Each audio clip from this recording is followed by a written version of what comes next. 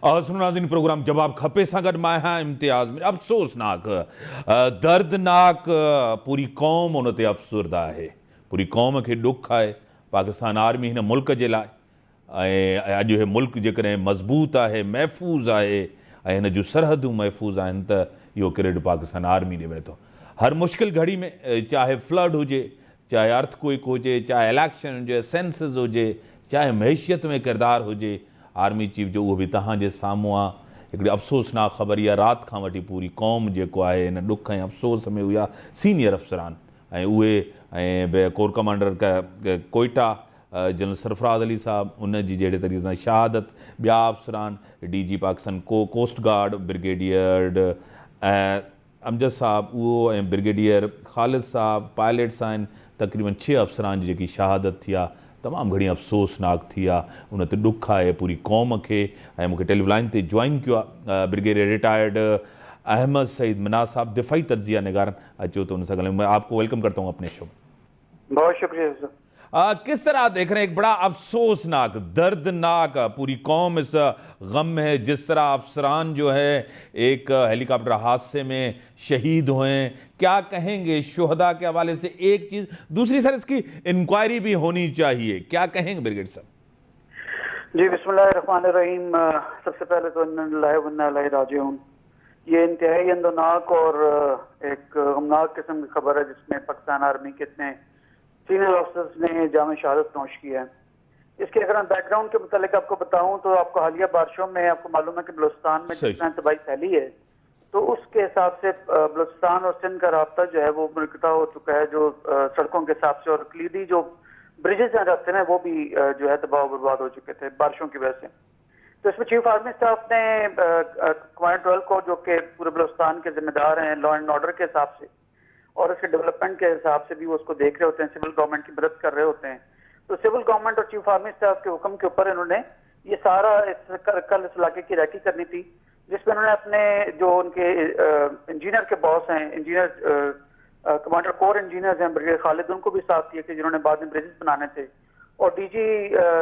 Coast guard को भी बुलाया जनरल अमजद को कि आप भी आए और साथ हम मिलकर इन ब्रिजेस को आइडेंटिफाई करें। तो ये इस एक्सेस को उथल से लेके जहाँ पे इनका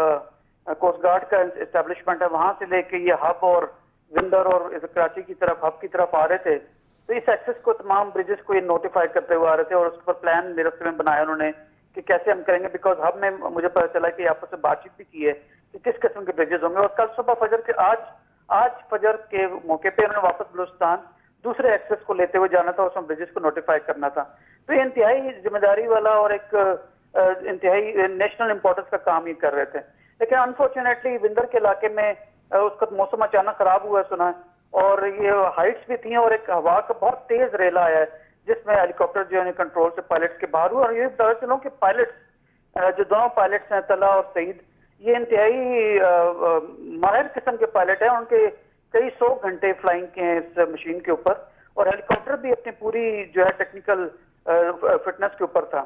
तो उसमें मेरे ख्याल में हवा को ये इसका दबाव बर्दाश्त शायद नहीं कर सके, और चूंकि उसका कुछ विजिबिलिटी भी कम हो चुकी थी बिकॉज ऑफ दी माउंटेन जो रेंज आसपास थी और सूरज कुछ नीचे हो चुका था, तो शायद वो अंदाजा नहीं लगा पाए होंगे। तो खैर इसकी तहकीकात तो होने जा रही हैं, लेकिन ये इंतहाई जो है ना अंदरनाक किस्म का, और उनकी शहादत जो है बूट्स हुई है। और कमांडर 12 को मैं बताया चलूं कि पाकिस्तान आर्मी के खैर तो सारे लेफ्टिनेंट जनरल माशाल्लाह से अपनी मिसाल आप हैं, लेकिन ये वो ऐसे लेफ्टिनेंट जनरल हैं जो पूरी आर्मी में इनकी मिसाल दी जाती है। उनकी जहानत के DG MI रहे हैं, 111 ब्रिगेड कमांडर रहे हैं, कमांडर साहब कॉलेज के जो है वो बॉस रहे हैं, फिर DG IGFC रहे हैं, name any appointment DA defence Tashi रहे हैं वहाँ पे अमेरिका के अंदर। और सबसे इम्पोर्टेंट बात यह है कि अपने जो वॉर एंड टेरर के अंदर इन्होंने 2 दफा बहादुरी के तमगे हासिल किए हैं, तमगा विसालत उन्होंने बाहर हैं, और इससे पहले कारगिल में इनकी बहुत फतूहात हैं जो उन्होंने कर रखी हैं। तो अल्लाह ने उनको सारे काम करवाने के बाद, दुनिया में सारी कामयाबी देने के बाद ऊपर अपने पास शहादत का रुतबा भी दिया। इसी तरह जनरल अमजद भी अपनी मिसाल आप थे, ब्रिगेडियर खालिद इंजीनियर्स के बहुत बेहतरीन ऑफिसर थे। दूसरा जो उनका बेटा जो है वो कप्तान साहब जो है वो पिछले हेलीकॉप्टर में थे, तो अल्लाह ने उनकी जो है वो जो है उसको उनको जिंदगी दी और वापस उन्होंने लैंड किया। लेकिन बहुत अफसोस का ये बात है। मैं सिर्फ एक चीज मैं आपके चैनल की वसातत से मैं कहता चलूं कि आज जब सुबह रैकेश तलाश कर रहे थे, क्योंकि वहाँ पे पहाड़ी इलाका था और बारिशों का पानी भी वहाँ काफी जमा था और इस तरह से एक्सेस नहीं हो पा रही थी एरिया की, तो उस वक्त काफी सारी चेरमगोइयां और एक परसेप्शन से डेवलप की कि शायद किसी ने इसको शूट किया है, डाउन किया है, कोई कंस्पिरेसी की काइंड ऑफ चीजें आई थी। तो वो मेरे ख्याल में हमें ब्रिगेडियर साहब इसमें आते हैं ब्रिगेडियर साहब, आपको खुद पता है कि सोशल मीडिया के अंदर कुछ काफ़ी चीज़ें मैं उसको आपको पता है फॉलो नहीं करता, क्योंकि सही चीज़ें नहीं होती। आपको पता है कि बहुत ही चीज़ें गलत होती हैं और आपको पता है अनकंट्रोल मीडिया है, बहुत ही एक जिम्मेदार मीडिया नहीं है हमारे मुल्क के अंदर, स्पेशली ये चीज़ें होती रहती हैं। आपको पता है आर्मी के अंदर अपने SOPs होते हैं, अपना एक अकाउंटेबिलिटी का एक निज़ाम होता है। ये कौमी सानिया है, इस मुल्क का सानिया है और अवाम जो है हक बजानिब है, वो बड़ी दुखी है, अफसोस है। कल रात से लेकर आज तक सारा दिन यही ख़बरें न्यूज़ चली हैं, लेकिन किस तरह भी हुआ, चाहे मौसम की ख़राबी हो, टेक्निकल वजूहात पे काफ़ी चीज़ें ऐसी होती हैं जिसके ऊपर एक प्रॉपर वर्किंग भी होगी और वो हकायक भी आएंगे। क्या कहेंगे ब्रिगेडियर साहब? जी बिल्कुल, फौज में कोई चीज भी अकाउंटेबिलिटी के बगैर नहीं होती और इसका इंसानी गलती और मौसम का खराब होना और मशीन का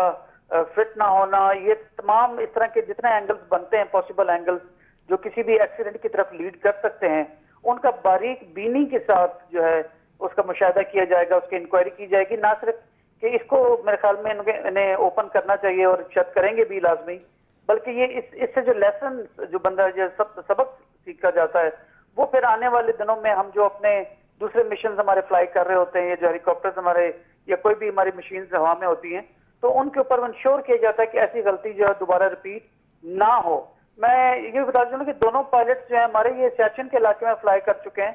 जहाँ के मौसम की खराबी जो है अपने बुलंदियों पे होती है और ये तो मौसम कुछ था ही नहीं, ये अचानक कुछ जैसे जो हवा का कोई रेला आया, जो अभी तक मौसमियाती जो एक्सपर्ट्स है वो बात कर रहे हैं कि कोई एक तेज किस्म की हवा को चली है, कोई आंधी की टाइप चली है जिसने उसको आउट ऑफ बैलेंस किया है। अदरवाइज जहाँ पे इतनी थिन एयर होती है सियाचिन के अंदर, वहां पर भी बड़ा निहायत आसानी से इन्होंने हंड्रेड्स ऑफ आवर्स की फ्लाइंग कर रखी है। तो तमाम एंगल्स के साथ इस हादसे की इंक्वायरी की जाएगी, बिकॉज ये छोटा हादसा नहीं है। पाकिस्तान आर्मी का एक स्ट्रेटेजिक लॉस है मैं कहूँगा in terms of man power,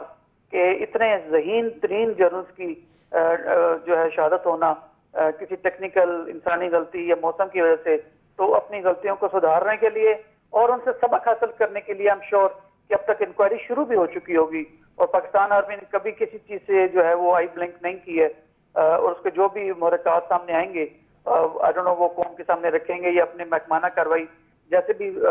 बड़े ये गवर्नमेंट बेहतर समझेगी वो इंशाल्लाह करेंगे। आपको पता है कि सर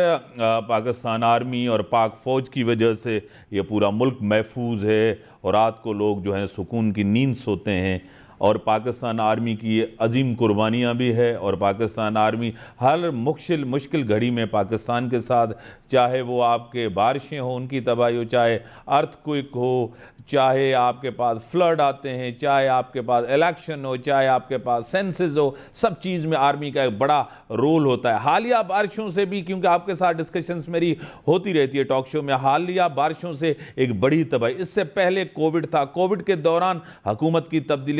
तब्दीली के दौरान माशी सूरत के दौरान आपको खुद पता है कि अमेरिकन क़यादत से जिस तरह आर्मी चीफ ने बात की है कि IMF जल्दी पैसे रिलीज़ करे, मुल्क के अंदर जो मैशियत के हवाले से जो बातें हो रही हैं उसको बेहतर किया जाए। क्या कहेंगे ब्रिगेडियर साहब? जी बिल्कुल, अल्हम्दुलिल्लाह पाकिस्तान आर्मी एक ऐसा इंस्टीट्यूशन है जिसे बजा तौर पे कौम फख्र कर सकती है। हालिया दिनों के अंदर अनफॉर्चुनेटली मैं दोबारा से कहूँगा कि यंग माइंड्स को इतना पोल्यूट किया गया कि उन्होंने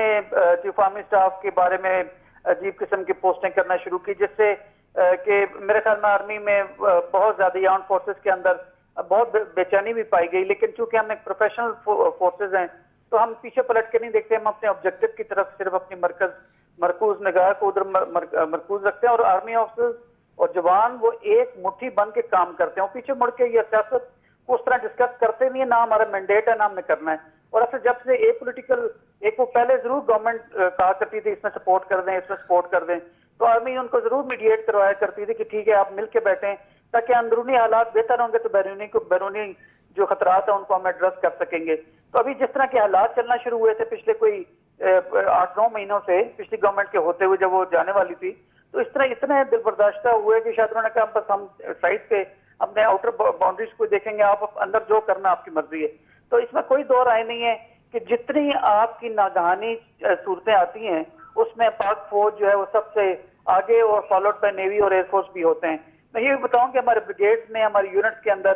तमाम एसओपीज पहले से तैयार होती हैं। फ्लड रिलीफ स्कीम्स हैं, अर्थक्वेक रिलीफ स्कीम है, स्ट्राइक स्कीम है, वो सारी एसओपीज पहले से रिहर्स करके रखी हूं ताकि जब भी कौम की जानिब से, जब भी सिविल गवर्नमेंट की जानिब से बुलावा आएगा या बुलाते हैं मदद करने के लिए सिविल एडमिनिस्ट्रेशन की, तो उसका समय प्लान करने के बजाय हम पीस टाइम के अंदर ना सिर्फ बॉर्डर्स की हिफाजत कर रहे होते हैं बल्कि अंदर भी वेंटेज पॉइंट के ऊपर मुकम्मल गिरफ्त होती है कि किस जगह पे जाकर कहां पे कंट्रोल करना है। अभी जैसे कि फ्लड्स आए हुए हैं, तो आई एम श्योर कि इसमें फ्लड रिलीफ स्कीम के तहत कमांडर 12 कोर को अच्छी तरह मालूम था कि किस जगह पे बारिश ने तबाही फैलानी है और कहां पे चेक डैम्स हैं, कहां डैम्स नहीं है जिससे कि तबाही फैल सकती है। तो हर चीज पहले से नोटेड होती है। तो अल्हम्दुलिल्लाह पाकिस्तान आर्मी पीछे पलट के कभी भी नहीं देखेगी, वो अपनी कौम के लिए हर वक्त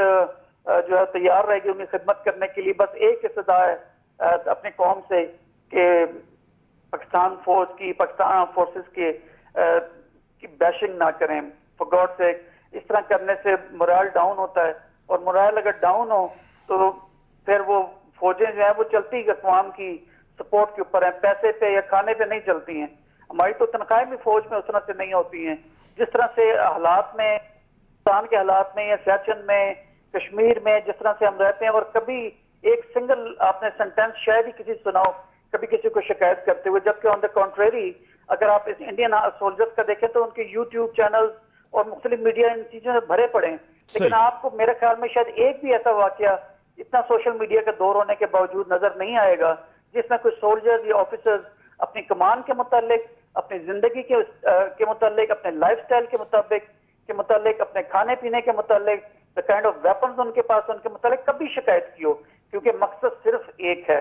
पाकिस्तान की खिदमत और सिर्फ खिदमत। बड़ी मेहरबानी सर, बड़ी मेहरबानी ब्रिगेडियर साहब, आपने बड़े ब्रेक जो टाइम था ब्रेक।